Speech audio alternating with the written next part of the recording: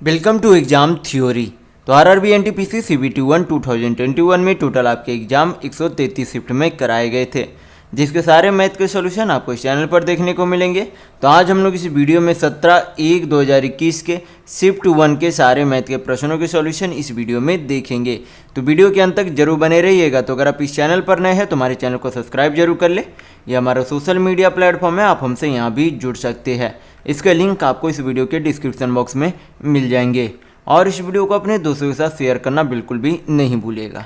तो इस वीडियो में हम लोग 17/1/2021 के शिफ्ट 1 के सारे मैथ के प्रश्नों के सॉल्यूशन देखने वाले हैं। बाकी जो भी आपका यहाँ पर पीला में देखने को मिल रहा है वो सारे शिफ्टों के मैथ के सॉल्यूशन इस चैनल पर पहले ही करा दिए गए हैं। तो ये सारे वीडियो आप हमारे चैनल के प्लेलिस्ट में जाकर देख सकते हैं। तो चलिए बढ़ते आज के प्रश्नों की ओर। देखेंगे क्वेश्चन नंबर 1। यहाँ पर क्वेश्चन में पूछा जा रहा है कि निम्नलिखित में से कौन सी संख्या जो है 11 से पूर्णतः विभाज्य है। तो सबसे पहले आपको क्या पता होना चाहिए, 11 से कटने का नियम पता होना चाहिए। तो 11 से कटने का नियम क्या होता है, जब भी आपके ये जो संख्या जो भी दी गई है उनके आपके विषम पर, यानी कि आपके जो है ऑड नंबर पर, ऑड जो प्लेस पर आपके जो नंबर है और जो आपके इवन प्लेस पर जो संख्याएं दी गई है उनके डिजिट का सम का अंतर या तो 0 होना चाहिए या फिर क्या होना चाहिए, 11 होना चाहिए। तभी वह पूरी संख्या क्या होती है, 11 से कटती है। तो यहाँ पर हम लोग क्या करेंगे, सभी ऑप्शन को उसी तरीके से चेक कर लेंगे। तो यहाँ पर जो है विषम संख्याओं को, यानी कि विषम प्लेस पर जो आपका यहाँ पर यानी कि ऑड प्लेस पर है, तो यहाँ पर कौन सा है, 1 है, 1 1 2 2 और 6 कितना हो जाता है, 8। फिर यहाँ पर आपका कितना हो जाता है, 8 5 13। 13 और 8 का अंतर यानी कि डिफरेंस कितना हो जाएगा, तो डिफरेंस यहाँ पर कितना आ रहा है, 5 का आ रहा है। लेकिन कितने का डिफरेंस होना चाहिए, 0 या फिर 11 का होना चाहिए। तो 5 का आ रहा है, यानी कि पहला ऑप्शन गलत होगा। दूसरा चेक करेंगे तो यहाँ पर 2 2 4 6 4 10 और इधर से आपका कितना हो जाएगा, यहाँ पर से 0 9 9 2 11 11 3 कितना होता है, 14। दोनों संख्याओं का डिफरेंस यहाँ पर से कितना आ रहा है, 4 आ रहा है। हमें क्या चाहिए, 0 और 11। तो 0 और 11 नहीं है, यानी कि ऑप्शन नंबर 2 गलत है। तीसरे वाले ऑप्शन चेक करेंगे तो 3 2 5 5 5 10।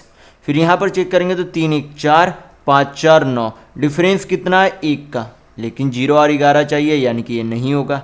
यहाँ पर चेक करेंगे तो 3 2 5 5 5 10 और यहाँ पर 0 4 4 6 4 कितना होता है, 10।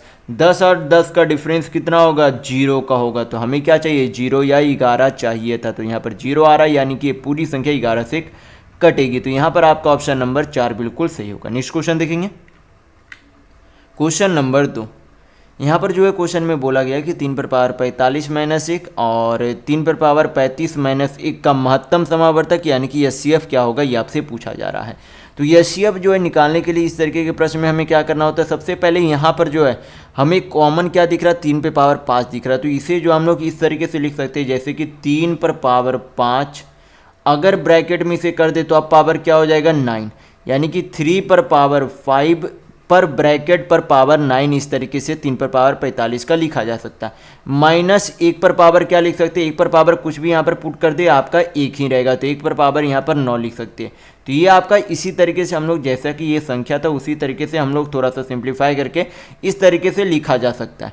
फिर इसे जो है दूसरे वाली संख्या को जो है किस तरीके से लिख सकते हैं, यहाँ पर 3 पर पावर 35 है तो 3 पर पावर 5 पर पावर आपका जो है कितना हो जाएगा, होल पावर आपका हो जाएगा यहाँ पर से 7, क्योंकि 7 × 5 = 35 होता है।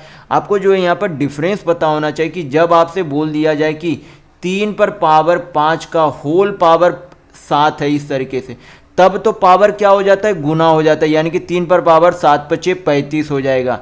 लेकिन जब ये आपका ब्रैकेट यहाँ से हटा लिया जाए, जैसे कि इस तरीके से दे दिया जाए 3 पर पावर 5 पर पावर 7, तब ये क्या हो जाता है, डिफरेंस इसमें क्या हो जाते हैं, अंतर हो जाते हैं। यानी कि ये क्या है, 3 पर पावर 5 पर भी पावर 7 है। तो ये दोनों क्या है, एक ही चीज नहीं होते, ये दोनों संख्याएं डिफरेंस होती है। तो आपको ये पता होना चाहिए। तो यहाँ पर क्या हो जाएगा, 3 पर पावर 5 पर होल पावर 7, तो 7 × 5 = 35। यहाँ पर उसी तरीके से यहाँ पर आपका आगे फिर क्या हो जाएगा, 1 पर पावर 7 लिखा जा सकता है। तो यहाँ पर आपको पता होना चाहिए कि जब आपका पावर क्या हो, विषम हो, यानी कि ऑड हो, यानी कि जब आपका इस तरीके से होता है, यानी कि AQ - BQ अगर कोई संख्या है, यहाँ पर सिर्फ मैं आपको समझाने के लिए बता रहा हूँ कि जब उसका पावर जब क्या होता है, विषम होता है, तब वो पूरी संख्या क्या होती है, a माइनस बी से कटेगी। यानी कि कोई भी संख्या का अगर पावर a पर पावर 3 है, उसी तरीके से b पर पावर 3 है, तो ये पूरी संख्या क्या होगी, a माइनस बी से कटेगी। तो ये जो है ये संख्या जो है पूरी कितने से कटेगी, 3 पर पावर 5 माइनस 1 से ये पूरी संख्या क्या होगी, कटेगी। क्योंकि a माइनस बी आपका यही वैल्यू है, तो a माइनस बी। ये भी क्या होगी, ये भी संख्या आपकी 3 पर पावर 5 माइनस 1 से पूर्णता कटेगी। तो इन दोनों का एक तरीके से एचसीएफ क्या हो गया, 3 पर पावर 5 माइनस 1। लेकिन हमें क्या चाहिए, संख्या में चाहिए, तो संख्या में एचसीएफ कितना हो जाएगा, तो तोड़ेंगे तो कोई भी आपका तोड़ेंगे सेम आंसर आएगा। तो कितना पे तोड़ेंगे, यहाँ पर तोड़ेंगे तो आपका 3 तिया 9 तिया 27 तिया 81 तिया 243, 243 में से एक जाएगा तो कितना आएगा आपका 242। यानी कि ये दोनों संख्या क्या होगी, 242 से पूर्णता कटेगी। तो यहाँ पर ये ऑप्शन नंबर यहाँ पर आपका झपा हुआ है, तो यहाँ पर आपका कितना होगा, ऑप्शन नंबर 4 में, यानी कि 242 आपका सही आंसर होगा। नेक्स्ट क्वेश्चन देखेंगे, क्वेश्चन नंबर 3। यहाँ पर क्वेश्चन में दिया गया है कि त्रिभुज पी क्यू आर में क्यू आर को यस तक इस प्रकार यानी कि इस तरह से बढ़ाया जाता है ताकि आर एस बराबर आर पी हो जाए। यदि एंगल पी आर क्यू बराबर 70 डिग्री है और एंगल क्यू पी एस बराबर 110 डिग्री है, तो आपसे पूछा जा रहा है कि पी क्यू एस का माप कितना होगा। तो सबसे पहले जो यहाँ पर क्या बोला गया कि एक त्रिभुज में, त्रिभुज का नाम क्या है, P Q R. Q R को क्या किया गया, यस तक इस प्रकार बढ़ाया गया, यानी कि इसे जो है यस तक मान लीजिए कि यहाँ पर क्या है, यस है, यस तक इस प्रकार बढ़ाया गया है कि आर एस बराबर, ये जो आर एस बराबर क्या है, आर पी है। यहाँ पर हम लोग क्या कर लेंगे, यहाँ पर इसे मिला देते ताकि त्रिभुज बन जाए। तो ये आपका क्या है, आर पी बराबर क्या है, आर एस बराबर है। यानी कि अगर ये दोनों साइड बराबर है तो ये दोनों एंगल भी आपके क्या हो जाएंगे, इक्वल होंगे। फिर यहाँ पर जो आगे क्या दिया गया, एंगल पी आर क्यू दिया गया, पी आर क्यू, ये एंगल जो आपका कितना दिया गया है, 70 डिग्री दिया गया। तो अगर ये एंगल 70 डिग्री है तो ये जो दोनों एंगल सेम है, ये जो दोनों एंगल यहाँ पर बराबर है, उन दोनों एंगल का सम कितना होगा, 70 डिग्री के बराबर होगा। क्योंकि अब विपरीत भुजा के आंतरिक दो कोणों का योग बाहरी कोण के योग के बराबर होता है। यानी कि ये दोनों का योग 70 डिग्री के बराबर है, तो ये दोनों कोण भी बराबर है। यानी कि अगर एक कोण निकालना है तो क्या करेंगे, 70 डिग्री का आधा करेंगे तो कितना हो जाएगा, 35 डिग्री। यानी कि ये जो आपका कितना हो गया, 35 डिग्री, और ये भी आपका कितना हो गया, 35 डिग्री। फिर आगे आपसे बोला गया कि क्यू पी एस जो है पूरा कितना, 110 डिग्री। यानी कि ये जो आपका पूरा क्यू पी एस, ये पूरा एंगल आपका कितना, 110 डिग्री है। लेकिन अगर हमें सिर्फ ये एंगल चाहिए तो क्या करेंगे, 110 माइनस 35 करेंगे तो आपका कितना आ जाएगा, यहाँ पर से आपका आ जाएगा 8 3 11, यानी कि 75 डिग्री आ जाएगा। ये जो आपका कितना हो जाएगा, क्यू पी आर आपका 75 डिग्री होगा। हमें क्या चाहिए, पी क्यू एस, यानी कि हमें ये एंगल चाहिए। तो त्रिभुज के तीनों एंगल का सम कितना होता है, 180 डिग्री होता है। अगर तीनों एंगल का सम 180 डिग्री होता है, उनमें से दो एंगल का सम इन दोनों का जो है कितना है, 75 और 70, आपका कितना हो जाएगा, 145 डिग्री। तो 180 में से 145 डिग्री माइनस करेंगे तो आपका कितना आ जाएगा, यहाँ पर से 35 डिग्री। यानी कि पी क्यू एस जो एंगल कितना है, एंगल 35 डिग्री है। तो यहाँ पर ऑप्शन नंबर 1 बिल्कुल सही होगा। तो अगर आपको वीडियो पसंद आ रहा है तो लाइक करते जरूर चलिएगा। नेक्स्ट क्वेश्चन देखेंगे, क्वेश्चन नंबर 4। यहाँ पर क्वेश्चन में दिया गया है कि उस समबाहु त्रिभुज का क्षेत्रफल ज्ञात कीजिए जिसका परिमाप 24 सेंटीमीटर है। तो समबाहु त्रिभुज के सभी भुजा की लंबाई क्या होती है, बराबर होती है। और कितने भुजा होते हैं समबाहु त्रिभुज में, 3 भुजा होते हैं। तो क्या करेंगे, 3 से भाग कर देंगे अगर कुल परिमाप का, तो आपका भुजा की लंबाई यानी कि साइड आ जाएगा। तो यहाँ पर साइड आपकी कितनी हो जाएगी, 3 से 24 काटेंगे तो 8 सेंटीमीटर की क्या हो जाएगी, समबाहु त्रिभुज की भुजा की लंबाई आ गई। पूछा क्या जा रहा है, एरिया निकालने का फॉर्मूला आपका क्या हो जाता है, √3/4 इंटू क्या हो जाता है, साइड स्क्वायर। ये आपके समबाहु त्रिभुज के एरिया निकालने का फॉर्मूला होता है। तो फॉर्मूला ध्यान रखिएगा। तो क्या करेंगे, फॉर्मूला पे वैल्यू पुट करेंगे, आपका आंसर आ जाएगा। तो √3/4 इंटू भुजा कितना यहाँ पर है, 8 है। क्योंकि यहाँ पर जो है भुजा की लंबाई कितनी आ गई थी, 8 सेंटीमीटर। तो 8 का स्क्वायर करेंगे तो कितना आ जाएगा, 64। फिर यहाँ पर से 4 से 64 काटेंगे तो 16 बार में चला जाएगा। यानी कि एरिया, टोटल एरिया आपका कितना हो जाएगा, 16√3 सेंटीमीटर स्क्वायर, ये टोटल एरिया होगा। तो यहाँ पर आपका ऑप्शन नंबर 2 बिल्कुल सही होगा। नेक्स्ट क्वेश्चन देखेंगे क्वेश्चन नंबर 5। यहाँ पर क्वेश्चन में दिया गया है कि 99.75 और 0.05554 के गुणनफल के दशमलव बिंदु से दाएं ओर कितने अंक है, ये आपसे पूछा जा रहा है। तो यहाँ पर जो है डेसिमल के बाद कितने अंक आएंगे, इससे आपका वही संख्या पूछी जा रही है, यानी कि डिजिट का नंबर पूछा जा रहा है जो कि डेसिमल के बाद आएगा। तो यहाँ पर जब आप क्वेश्चन में देखेंगे तो आपको यहाँ पर लगेगा कि ये जो है जब गुना किया जाएगा इन दोनों संख्याओं का, तो यहाँ पर 5 यानी कि डेसिमल के बाद 5 डिजिट है, यहाँ पर कितने हैं, 2 है, यानी कि गुना करने पर टोटल डिजिट कितना हो जाएगा आपका 60 डिजिट हो जाएगा डेसिमल के बाद। लेकिन ये अगर आप ऐसा करते हैं तो ये आपका आंसर गलत हो जाएगा। तो करना आपका क्या है, यहाँ पर जब आप ध्यान से देखेंगे तो आपको पता चलेगा कि इसमें एक आपका क्या है 5 है, क्योंकि ये 5 का गुणज हमें दिख रहा, और यहाँ पर क्या है एक 2 पहले से है इसमें, क्योंकि ये 2 की गुणज दिख रही है। तो आपको पता होना चाहिए कि 5 और 2 मिलकर एक क्या बनाते हैं, 10 बनाते हैं, यानी कि डेसिमल पर जो संख्या होगी उसमें क्या हो जाएगी, एक डेसिमल क्या हो जाएगी बाद में हो जाएगी अंकों का। तो यहाँ पर आपका क्या हो जाएगा, टोटल जो यहाँ पर कितने होने चाहिए, 7 होने चाहिए थे, कितने होने चाहिए थे, 7 होने चाहिए थे। लेकिन यहाँ पर एक 5 छुपा हुआ है, यहाँ पर एक 2 छुपा, यानी कि एक 10 उसमें अगर गुना कर दिया जाएगा तो डेसिमल के बाद एक संख्या घट जाएगी, यानी कि क्या कर देंगे -1, तो आपकी कितनी संख्या हो जाएगी 6। तो यहाँ पर आपका ऑप्शन नंबर 1 बिल्कुल सही होगा। नेक्स्ट क्वेश्चन देखेंगे, क्वेश्चन नंबर 6। यहाँ पर क्वेश्चन में दिया गया है कि यहाँ पर जो है हल करना और क्या निकालना है, यक्स का वैल्यू निकालना है। तो क्या करेंगे, इसे सिंप्लीफाई करेंगे हम लोग। तो 2 और 1 कितना होता है 3 प्लस यक्स माइनस क्या करेंगे, इन दोनों को पहले जोड़ेंगे तो आपका कितना हो जाएगा, यहाँ पर से 12, 4 2 6 9 1 10, यानी कि ये 1.06 में से 0.42 आप यहाँ पर माइनस करेंगे तो आपका कितना आ जाएगा, यहाँ पर से आपका आ जाएगा 6 गया 36, यानी कि 0.64 बराबर किसके, 4 के बराबर है। हल करेंगे तो आपका कितना हो जाएगा यहाँ पर से, तो यहाँ पर से आपका हो जाएगा यक्स बराबर, ये जो है माइनस में उधर जाएगा तो कितना हो जाएगा 4.64, क्योंकि जुड़ जाएगा, माइनस क्या करेंगे 3 करेंगे तो यक्स बराबर आपका वैल्यू कितना आ जाएगा 4.64 माइनस 3 करेंगे तो आपका वैल्यू 1.64 आएगा। तो यहाँ पर आपका ऑप्शन नंबर 3 बिल्कुल सही होगा। नेक्स्ट क्वेश्चन देखेंगे क्वेश्चन नंबर 7। यहाँ पर क्वेश्चन में दिया गया है कि त्रिभुज एक्स वाई जेड में एक्स वाई बराबर 12 सेंटीमीटर है, वाई जेड 18 सेंटीमीटर और एक्स डब्ल्यू जो कि वाई एक्स जेड का एक कोणीय द्विभाजक है, वाई जेड से बिंदु डब्ल्यू पर इस प्रकार मिलता है कि वाई डब्ल्यू और डब्ल्यू जेड का अनुपात 4:5 के बराबर है। तो आपसे पूछा जा रहा है कि त्रिभुज की तीसरी भुजा की लंबाई कितनी होगी।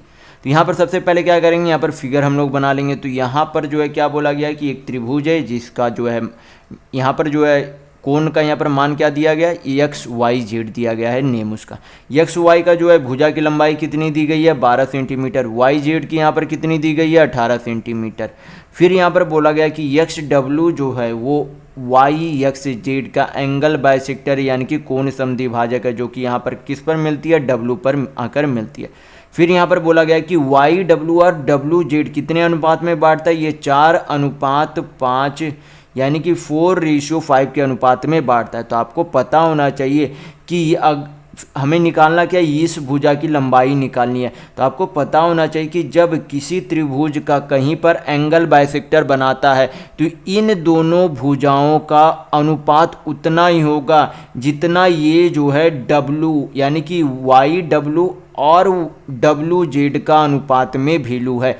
यानी कि अगर 4 यूनिट बराबर 12 सेंटीमीटर है तो 1 यूनिट का वैल्यू यहाँ पर कितना हो जाएगा, तो 4 तिया 12 यानी कि 3 सेंटीमीटर होगा। अगर 4 यूनिट बराबर 12 सेंटीमीटर है तो 1 यूनिट बराबर कितना होगा 3 सेंटीमीटर। तो इसके 5 यूनिट का वैल्यू कितना आ जाएगा, 5 तिया 15 सेंटीमीटर आएगा। यानी कि एक्स जेड की लंबाई कितनी होगी 15 सेंटीमीटर। तो यहाँ पर आपका ऑप्शन नंबर 2 बिल्कुल सही होगा। तो आपको ये याद रखना है कि जब एंगल बाइसेक्टर होते हैं तो ये जो भुजा होती है उसी अनुपात में बांटती है जितने में ये दोनों भुजा की लंबाई होती है। नेक्स्ट क्वेश्चन देखेंगे, क्वेश्चन नंबर 8। यहाँ पर क्वेश्चन में दिया गया है कि एक सेल्समैन को जो है 3/4 घंटे में 6 किलोमीटर की दूरी तय करनी होती है। यदि वह कुल समय का 2/3 में आधा यानी कि 1/2 दूरी तय करता है तो शेष समय में शेष दूरी को तय करने में उसकी चाल कितनी होनी चाहिए, आपसे पूछा जा रहा है। तो सबसे पहले जो है 3/4 घंटा कितने के बराबर हो जाएगा, 45 मिनट के बराबर हो जाएगा। यानी कि 45 मिनट में उसे कितनी दूरी तय करना है, 6 किलोमीटर। लेकिन 2/3 समय में, तो 45 मिनट का 2/3 समय कितना होता है, 30 मिनट। यानी कि वो 30 मिनट में कितना दूरी उसने अभी तक तय किया, आधा दूरी। यानी कि पहले टोटल दूरी कितना तय करना था, 6 किलोमीटर, उसका आधा दूरी कितना हो जाएगा, 3 किलोमीटर। यानी कि आधे घंटे में अभी तक उसने कितना दूरी तय किया, 3 किलोमीटर दूरी तय किया। तो बचा समय कितना है, 45 मिनट में तय करना है, 30 मिनट अभी तक उसने समय व्यतीत कर दिया है। तो 45 माइनस 30 करेंगे, यानी कि 15 मिनट में बाकी दूरी को उसे क्या करना है, तय करना है। और बची हुई दूरी यहाँ पर उसकी कितनी है, 6 किलोमीटर जाना है, 3 किलोमीटर गया, तो बची हुई दूरी कितनी है, 3 किलोमीटर। तो समय कितना है, 15 मिनट, उसमें तय कितना करना है, 3 किलोमीटर। हमें क्या चाहिए, चाल। तो स्पीड बराबर मैं फार्मूला बता चुका हूँ कि चाल बराबर क्या होता है, दूरी बटा समय, यानी कि डिस्टेंस बटा टाइम होता है, डिस्टेंस बाई टाइम। तो फार्मूला ध्यान रखिएगा। तो दूरी यहाँ पर आपकी कितनी है, 3 किलोमीटर, समय कितना है, 15 मिनट, दूरी किस में है, किलोमीटर में, तो समय किस में होना चाहिए, घंटा में होना चाहिए। तो मिनट को घंटा में चेंज करने के लिए 60 से डिवाइड करेंगे, हल करेंगे तो आपका कितना आ जाएगा, यहाँ पर से 15 चौक 60, ऊपर गुना होगा तो 4 तिया 12 किलोमीटर प्रति घंटा क्या हो जाएगी, उसकी नई चाल होगी। तो यहाँ पर आपका ऑप्शन नंबर 4 बिल्कुल सही होगा। नेक्स्ट क्वेश्चन देखेंगे, क्वेश्चन नंबर 9। यहाँ पर आपसे पूछा जा रहा है कि प्रश्नवाचक का वैल्यू क्या होगा। तो यहाँ पर इसे क्या मान लेते हैं, यक्स, यानी कि हमें क्या चाहिए, यक्स का वैल्यू चाहिए। हल करेंगे, यहाँ पर आपका कितना आ जाएगा, यक्स प्लस 18 बटा कितना है, 24, प्लस आपका कितना हो जाएगा, यहाँ पर से 4 तिया 12, 12 3 कितना हो जाएगा, 15 बटा 24, 15 बटा 4, 4 तिया 12 3 15 बटा 4, बराबर आपका कितना हो जाएगा, 24 इंटू 23 करेंगे तो आपका कितना हो जाएगा, 24 तिया 72 और 3 75, तो 5 7, 24 दूनी 48, 48 और 7 आपका कितना होगा, 48 और 7 55 और 1 56, बटा कितना हो जाएगा, नीचे 24। इसे भी हम लोग क्या कर लेते हैं, 24 बनाने के लिए ऊपर नीचे 6 से गुना कर लेते ताकि एलसीएम आपका आसान हो जाए। हल करेंगे, उधर आपका कितना आ जाएगा, 24, एलसीएम 565, उधर जाएगा ये 18 माइनस में हो जाएगा, ये भी आपकी क्या हो जाएगी, माइनस में, तो 15 छक 90। हल करेंगे तो आपका कितना हो जाएगा, यहाँ पर से 90 और 18, तो आपकी कितनी हो जाएगी, यहाँ पर से 108 हो जाएगी। तो यहाँ पर से हम लोग 565 माइनस 108 करेंगे तो आपका कितना आ जाएगा, यहाँ पर से 7, 5 में से यहाँ पर 5 बचेगा, 4 में से, यानी कि यहाँ पर से आपका कितना हो जाएगा, यहाँ पर 5 में से 1 गया तो 4 बटा 24। हमें क्या चाहिए, पूर्णांक में वैल्यू चाहिए, तो आपका कितना हो जाएगा, यहाँ पर 24 दूनी 48, यानी कि 456, कितने बार में आपका हो जाएगा, 19, यानी कि 19 पूर्णांक आपका 1/24 इतना आंसर होगा। तो यहाँ पर आपका ऑप्शन नंबर 4 बिल्कुल सही होगा। नेक्स्ट क्वेश्चन देखेंगे, क्वेश्चन नंबर 10।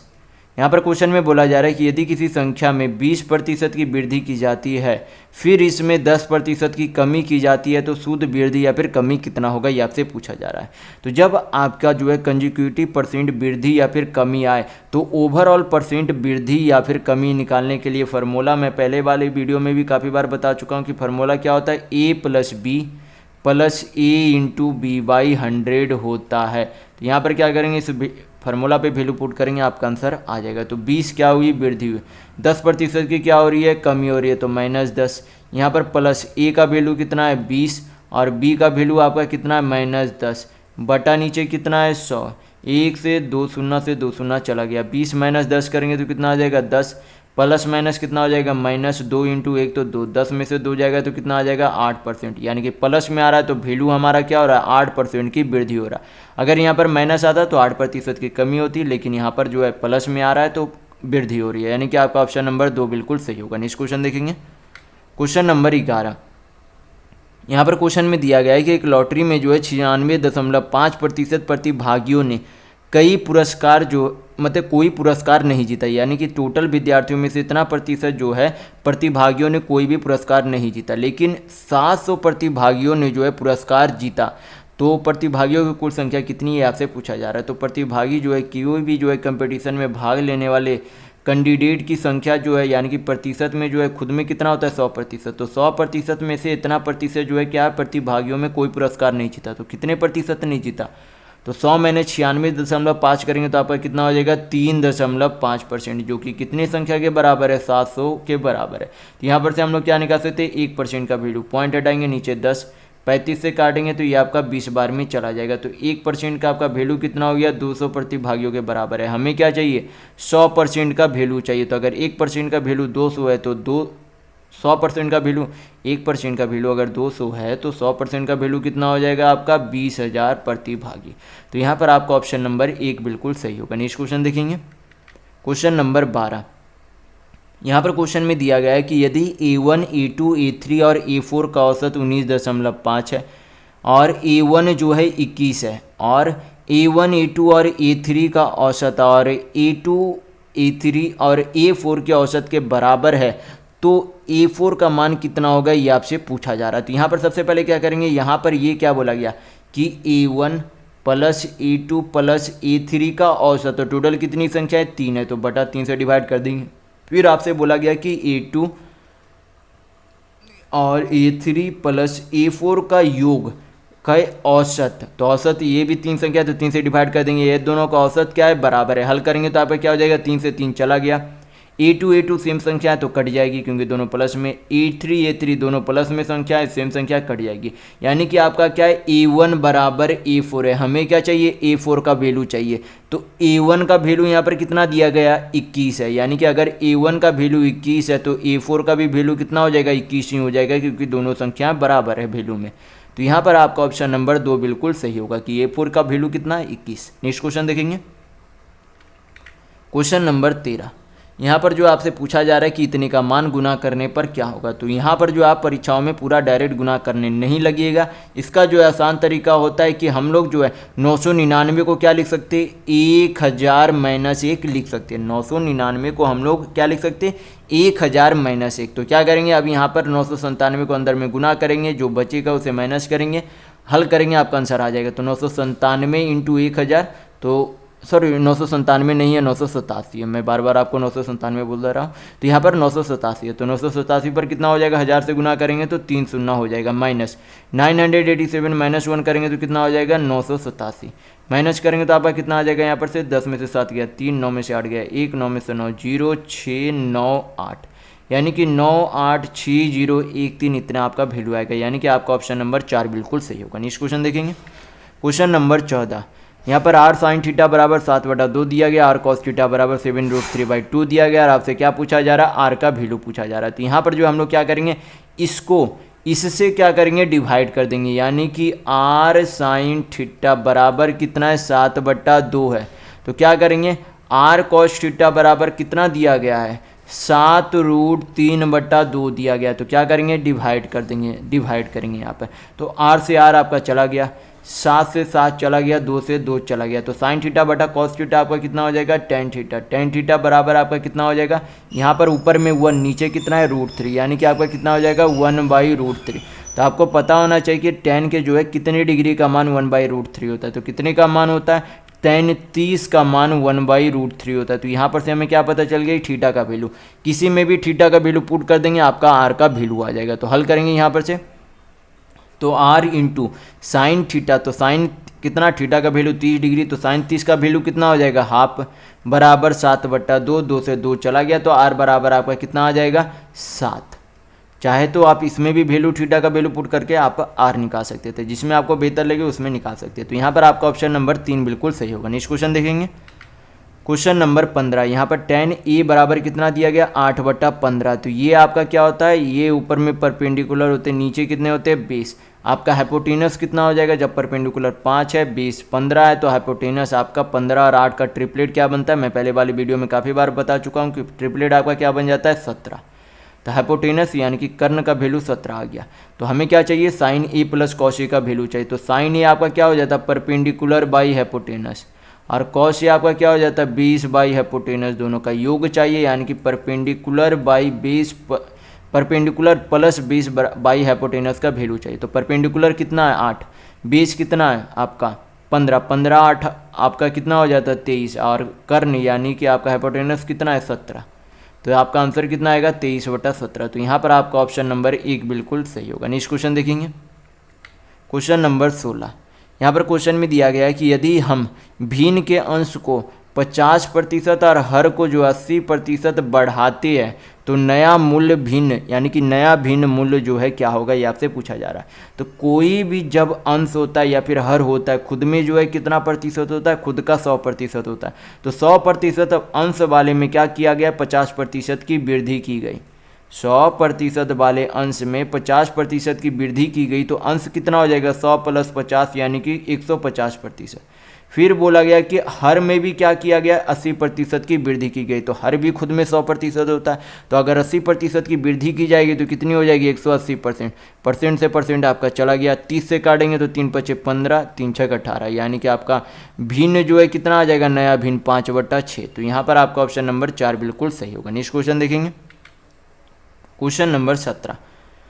यहाँ पर क्वेश्चन में दिया गया है कि एक शंकु का कुल पृष्ठीय क्षेत्रफल ज्ञात कीजिए यदि इसकी त्रिज्या और तिर्यक ऊंचाई क्रमशः 2r और 1/2 है। तो यहाँ पर क्या दी गई है, तिर्यक ऊंचाई भी दी गई है और त्रिज्या दी गई है। तो शंकु के कुल पृष्ठीय क्षेत्रफल का फॉर्मूला क्या हो जाता है, टोटल सरफेस एरिया का फॉर्मूला आपका हो जाता है πr/l + r, ये फार्मूला होता है। तो आपको फार्मूला ध्यान होना चाहिए, तो याद रखिएगा ये फार्मूला। तो क्या करेंगे, फार्मूला पे वैल्यू पुट करेंगे, आपका आंसर आएगा। पाई को तो रहने देंगे क्योंकि पाई आपका सभी आंसर में दिया गया है, एक ही ऑप्शन में नहीं दिया गया, तो हम लोग काटेंगे नहीं, रहने देंगे। तो पाई, त्रिज्या यहाँ पर कितनी दी गई है, 2r, तो यहाँ पर क्या कर देंगे 2r। यल यानी कि त्रिज्या ऊंचाई कितनी दी गई है, 1/2, और त्रिज्या कितनी दी गई है, 2r। हल करेंगे तो आपका कितना हो जाएगा, पाई × 2r, ब्रैकेट में अंदर में एलसीएम कितना हो जाएगा आपका 2, तो 1 प्लस कितना हो जाएगा 2 × 2 4r। तो यहाँ पर 2 से 2 कट गया, तो आपका कितना आ जाएगा, यहाँ पर से πr 4r + 1 लिखा जा सकता है। तो यहाँ पर आपका ये आंसर होगा। तो यहाँ पर आपका ऑप्शन नंबर 4 बिल्कुल सही होगा। नेक्स्ट क्वेश्चन देखेंगे, क्वेश्चन नंबर 18। यहाँ पर क्वेश्चन में दिया गया है कि यक्ष ने जो है 1,50,000 में एक कार खरीदी, उसे जो है 5% के लाभ पर y को बेच दिया, बाद में y ने इसे जो है 2% के हानि पर यक्ष को वापस बेच दिया। तो पूछा जा रहा है कि संपूर्ण लेन देन में यक्ष को जो है कितने प्रतिशत का लाभ हुआ, ये आपसे पूछा जा रहा है। तो कोई भी किसी भी चीज़ का सीपी यानी कि क्रय मूल्य जो है खुद में कितना प्रतिशत होता है, 100% होता है। तो 100% वाले सामान को यक्ष ने जो है कितने के लाभ में बेच दिया, 5% के लाभ में, यानी कि 100% के सामान को 5% के लाभ यानी कि उसे 105% में बेच दिया। लेकिन वाई ने उसे क्या किया, वापस किसे बेच दिया, यक्ष को बेच दिया। कितने में, 2% के हानि में, यानी कि 100% के सामान को 2% के हानि यानी कि 98% में बेच दिया। तो यहाँ पर से ये आपका यहाँ पर से वो परसेंट वैल्यू निकलेगा जो यक्ष ने वापस उतने प्रतिशत में खरीदा है। तो यहाँ पर आपका कितना आ जाएगा, हल करेंगे तो आपका यहाँ पर से काटेंगे तो आपका 21 बार में, यहाँ पर से आपका 20 बार में, 2 से काटेंगे तो 10, यहाँ पर 49, तो 49 × 21 करेंगे तो आपका कितना हो जाएगा, 49 × 135 यानी कि 1350, आपका कितना हो जाएगा 1350, सॉरी 21 × 105, सॉरी 105 आपका होगा। तो यानी कि 1050 में 21 अगर माइनस करेंगे तो आपका कितना हो जाएगा 129, यानी कि आपका इस तरीके से आ जाएगा। हल करेंगे तो आपका 102.9 इतने प्रतिशत का क्या आ गया, ये इस दाम पर किसने क्या किया, उसने वापस वाई ने यक्ष को इतने परसेंट में बेच दिया। तो यक्ष ने जो है वाई को कितने प्रतिशत में बेचा था, 100% का सामान 105% में, लेकिन वापस यक्ष ने उसे कितने प्रतिशत में खरीद लिया, 102.9% में खरीद लिया। यानी कि जितने में उसने बेचा था वापस उसने जितने में खरीदा उसमें जो है प्रतिशत में अंतर कितना है, यहाँ पर से तो माइनस करेंगे तो 2.1% का अंतर है। इतने परसेंट का ही असल में क्या हुआ, यक्ष को लाभ हुआ। ये जो है हमें क्या निकालना होगा, 1,50,000 का, किसका 1,50,000 का 2.1% निकालना होगा। तो क्या करेंगे, हल करेंगे तो पॉइंट हटाएंगे नीचे 10, परसेंट हटाएंगे नीचे 100, 2 शून्य 1 3 शून्य से 3 शून्य चला गया, गुना करेंगे तो आपका कितना आ जाएगा 15 दूनी 30, अब 15 तो 315 पर 1 शून्य, यानी कि कितने रुपये का क्या हुआ, लाभ हुआ। तो यहाँ पर आपका ऑप्शन नंबर 2 बिल्कुल सही होगा। नेक्स्ट क्वेश्चन देखेंगे, क्वेश्चन नंबर 19। यहाँ पर क्वेश्चन में दिया गया है कि वह छोटी से छोटी संख्या ज्ञात कीजिए जो पहली 10 प्राकृतिक संख्याओं से पूर्णतः विभाज्य होती है। तो प्राकृतिक संख्या आपका कौन से शुरू होता है, 1 से, तो 1 2 3 4 5 6 इस तरीके से 10 तक आपका क्या होगा, टोटल 10 प्राकृतिक संख्या, यानी कि प्रथम पहली जो है 10 प्राकृतिक संख्या 1 से लेकर 10 तक है। यानी कि ये सभी संख्या से क्या कटनी चाहिए, ये चार कौन सी संख्या कटेगी वही आपका आंसर होगा। तो यहाँ पर क्या करेंगे हम लोग, भाई ऑप्शन सभी को चेक कर लेंगे। तो 1 से तो सभी कटेगी, 2 से भी सभी कट रही है क्योंकि इकाई अंक 0 है, तो 2 से सभी कटेगी। 3 से कटने का नियम आपको पता होना चाहिए कि जो भी नंबर दिए गए उनके डिजिट का सम क्या होना चाहिए, 9 से कटना चाहिए, तभी वो पूरी संख्या 3 से कटेगी। सॉरी मैंने तो यहाँ पर जो है मैं बोलना चाह रहा था कि 3 से नहीं, यानी कि जो आपका संख्या होगा वो जो है उसके डिजिट का सम किससे कटना चाहिए, 3 से कटना चाहिए, ना कि 9 से। तो यहाँ पर क्या करेंगे, सभी का डिजिट का यहाँ पर सम करेंगे तो कितना हो जाएगा, 5 2 7 2 9।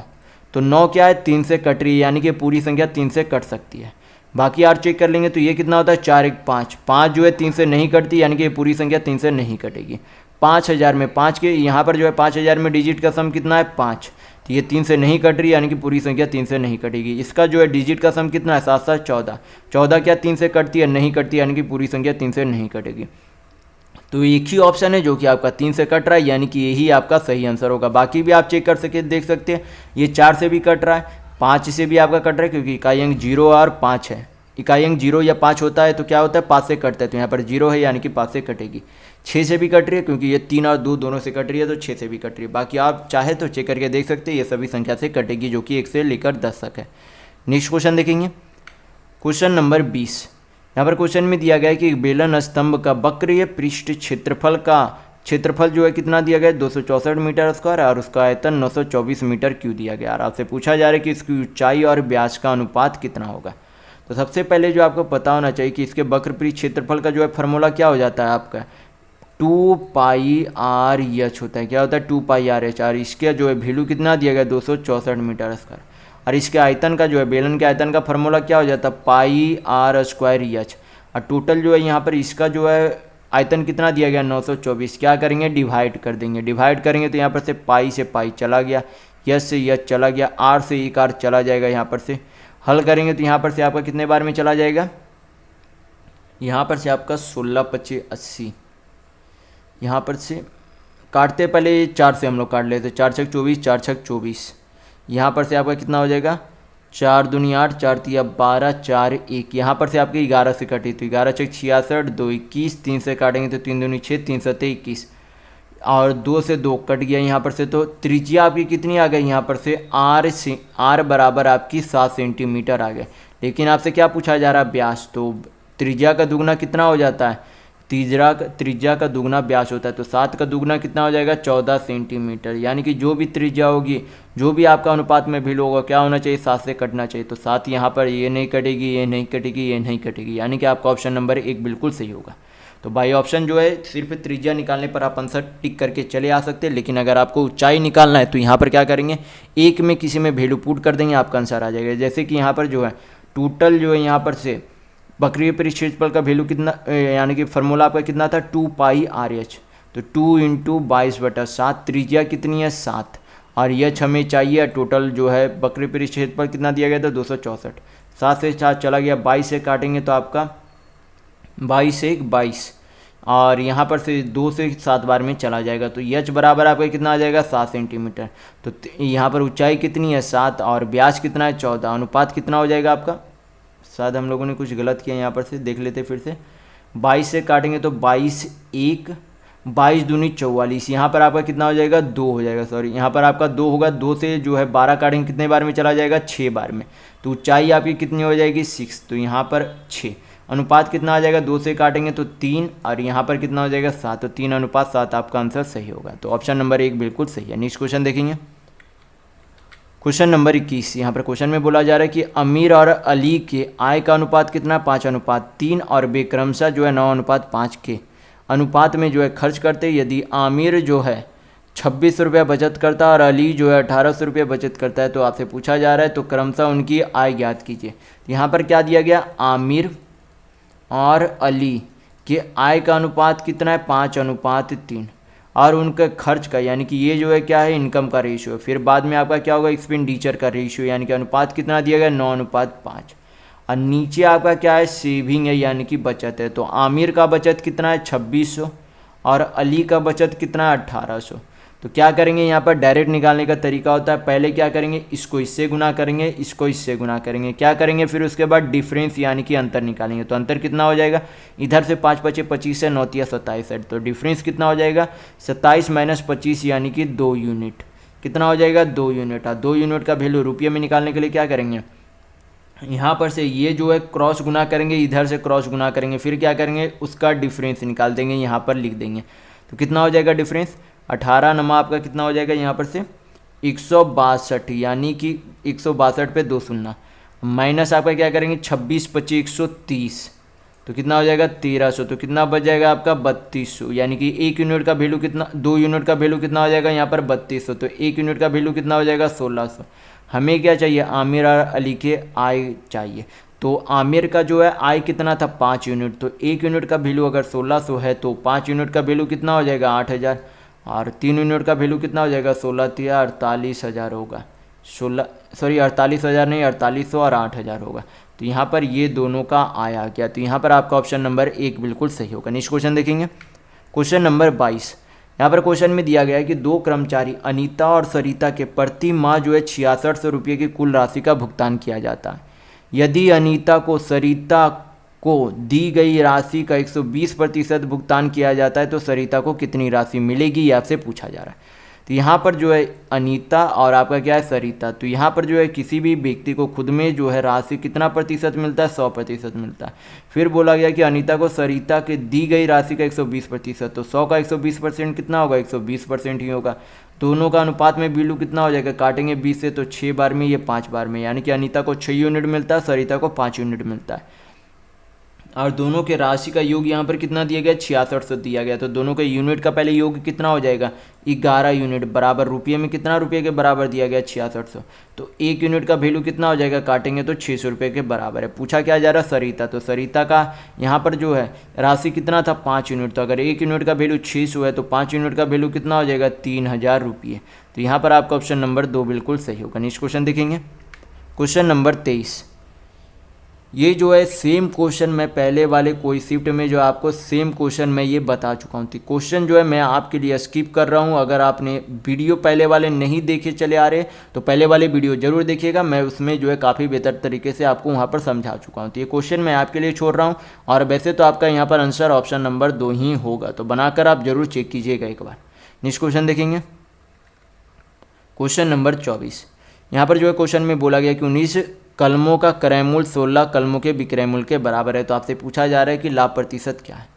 तो यहाँ पर जो है क्या बोला गया कि 19 कलमों का 19 कलमों का क्रय मूल्य एसपी नहीं सीपी आपका, तो 19 कलमों का सीपी और 16 कलमों के विक्रय मूल्य यानी कि 16 कलमों के एसपी के बराबर है। तो यहाँ पर से आपके 1 कलमों का सीपी कितना है 16 यूनिट और एसपी कितना है 19 यूनिट, यानी कि 16 यूनिट के सामान को कितने यूनिट में बेच दिया गया 19 यूनिट में। तो लाभ कितने का हो रहा है 3 यूनिट का। लाभ प्रतिशत किस में गणना करेंगे सीपी पर, वैल्यू चाहिए परसेंट में, तो 100 से गुना करेंगे। हल करेंगे तो आपका कितना आ जाएगा 4 चौक 16 25 25 तिया 75/4 यानी कि 18 चौक 72, तो 18.3/4 आपका इतने प्रतिशत का क्या हुआ प्रॉफिट यानी कि लाभ हुआ।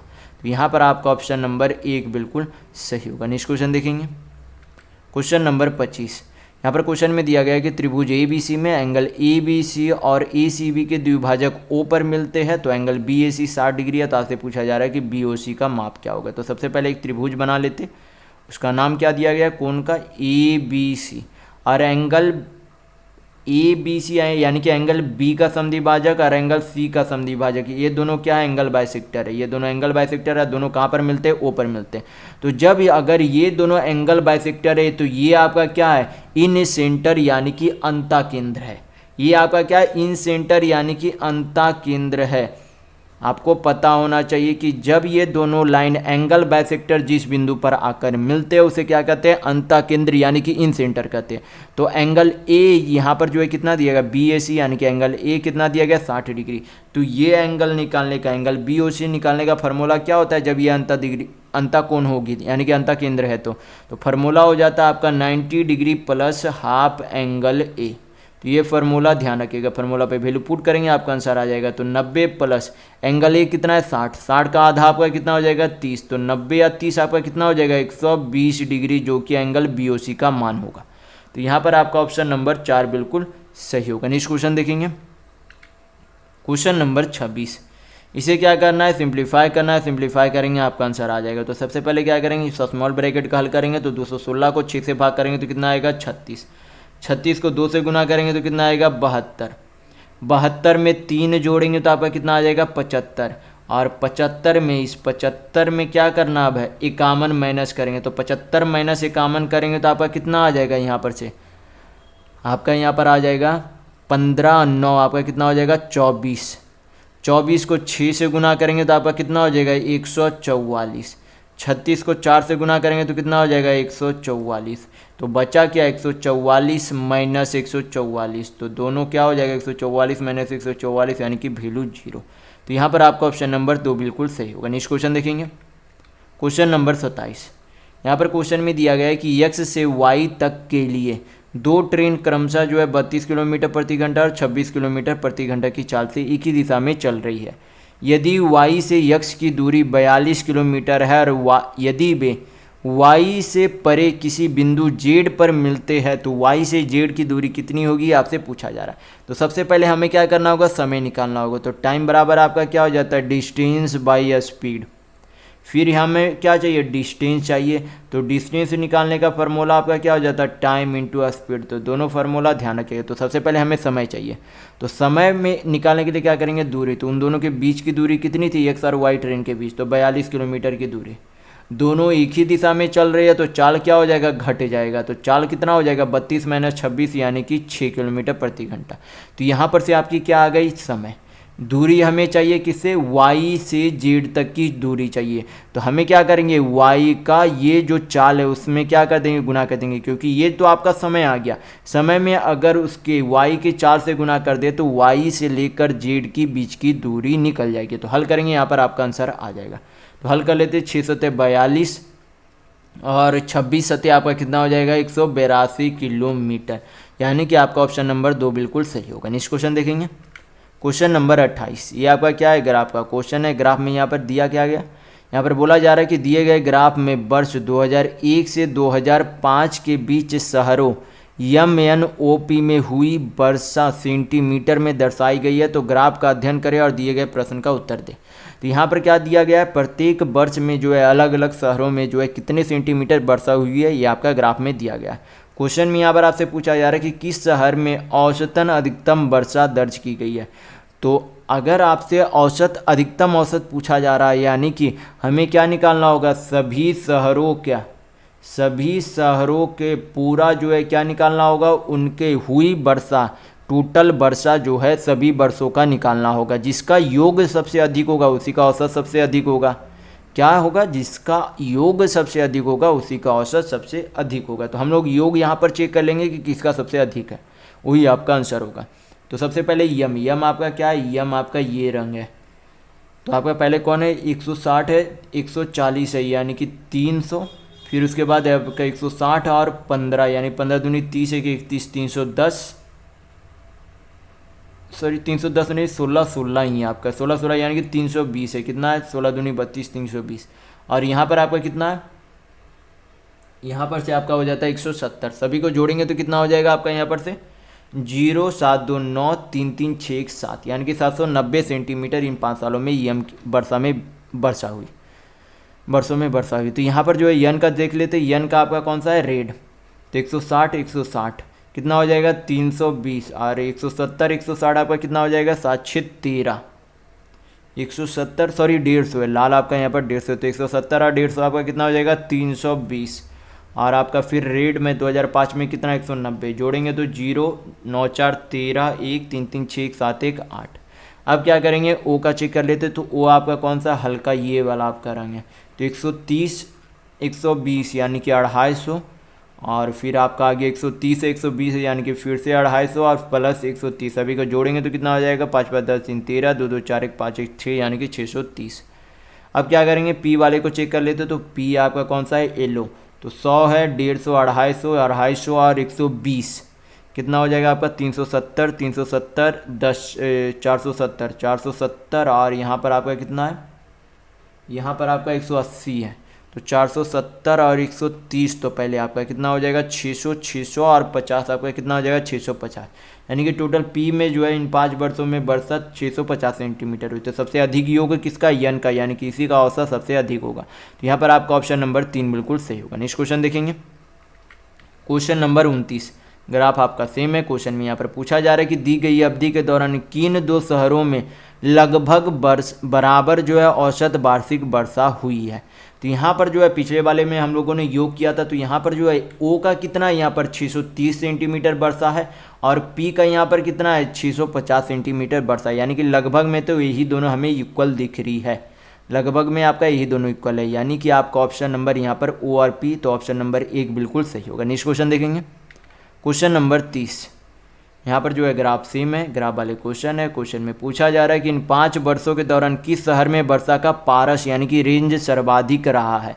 तो रेंज निकालने का तरीका क्या होता है, रेंज निकालने का तरीका होता है जो सबसे बड़ी संख्या उसको क्या करेंगे, सबसे बड़ी संख्या और सबसे छोटी संख्या में क्या करेंगे, उसी साल में माइनस करेंगे, वही आपका क्या होता है रेंज होता है। तो वही हमें चेक करना है कि रेंज किसका सबसे बड़ा है। यन में जो है सबसे बड़ा रेंज किसका हो जाएगा, रेड में हमें चेक करना है। तो यहाँ पर 160 है, यहाँ पर सबसे कम यहाँ पर आपका 150 है। 150 और 190 का डिफरेंस कितना हो जाएगा 40। यम का चेक कर लेंगे रेंज, तो यम आपका ब्लू है, तो सबसे कम आपका कितना है, यहाँ पर आपका 150 है, 150 नहीं सॉरी 140 है, 140 है। यहाँ पर 170 यानी कि रेंज कितना है 30 है। ओ का चेक करेंगे तो ओ का आपका कौन सा है, ये आपका कलर था, तो सबसे नीचे आपका कौन सा है 120 है और सबसे ऊपर आपका कितना 130 यानी कि रेंज 10 है। पी का चेक करेंगे तो पी का सबसे कम 100 है और सबसे अधिक कितना है 180 है। डिफरेंस कितना हो जाएगा 80 का, यानी कि सबसे बड़ा रेंज किसका है पी का, यानी कि आपका ऑप्शन नंबर 4 बिल्कुल सही होगा। नेक्स्ट क्वेश्चन देखेंगे, क्वेश्चन नंबर 31। यहाँ पर जो है क्वेश्चन में ग्राफ आपका सेम है। क्वेश्चन में पूछा जा रहा है कि किस वर्ष के दौरान जो है सभी शहरों में सर्वाधिक वर्षा दर्ज की गई है। तो अगर हमें किस में चेक करना है, वर्षों में चेक करना है। किस में चेक करना है, वर्ष में, यानी कि 2005, 2004, 2003, 2001 चेक करना है। 2002 तो आपको चेक भी नहीं करना है, तो ये तो ऑप्शन में ही नहीं है, तो यानी कि आपका आंसर भी नहीं होगा। बाकी यहाँ पर जब देखेंगे तो सबसे अधिक हमें ऊपर में जो है किसकी ग्राफ दिख रही है, ये 2005 वाले में दिख रही है। तो जिसका ग्राफ में सभी संख्या सबसे ऊपर दिख रही है तो ऑब्वियसली है कि आपका उसका योग भी सबसे अधिक आएगा, यानी कि 2005 में ही आपका क्या हुआ है सबसे अधिक वर्षा हुई है। तो यहाँ पर आपका ऑप्शन नंबर 1 बिल्कुल सही होगा। वैसे आप चाहे तो सभी वर्षों में यहाँ पर चेक करके भी देख लेंगे, आपका 2005 में ही आपका आंसर आएगा। तो इस वीडियो में बस इतना ही। अगर आपको वीडियो पसंद आया तो लाइक कीजिएगा, नए है तो चैनल को सब्सक्राइब जरूर कर लीजिएगा। ये हमारा सोशल मीडिया प्लेटफॉर्म है, आप हमसे यहाँ भी जुड़ सकते हैं। इसके लिंक आपको इस वीडियो के डिस्क्रिप्शन बॉक्स में मिल जाएंगे और इस वीडियो को अपने दोस्तों के साथ शेयर करना बिल्कुल भी नहीं भूलेगा। तो वीडियो में बस इतना ही। वीडियो के अंत तक बने रहने के लिए बहुत बहुत धन्यवाद। आशा करता हूँ आपका दिन शुभ हो।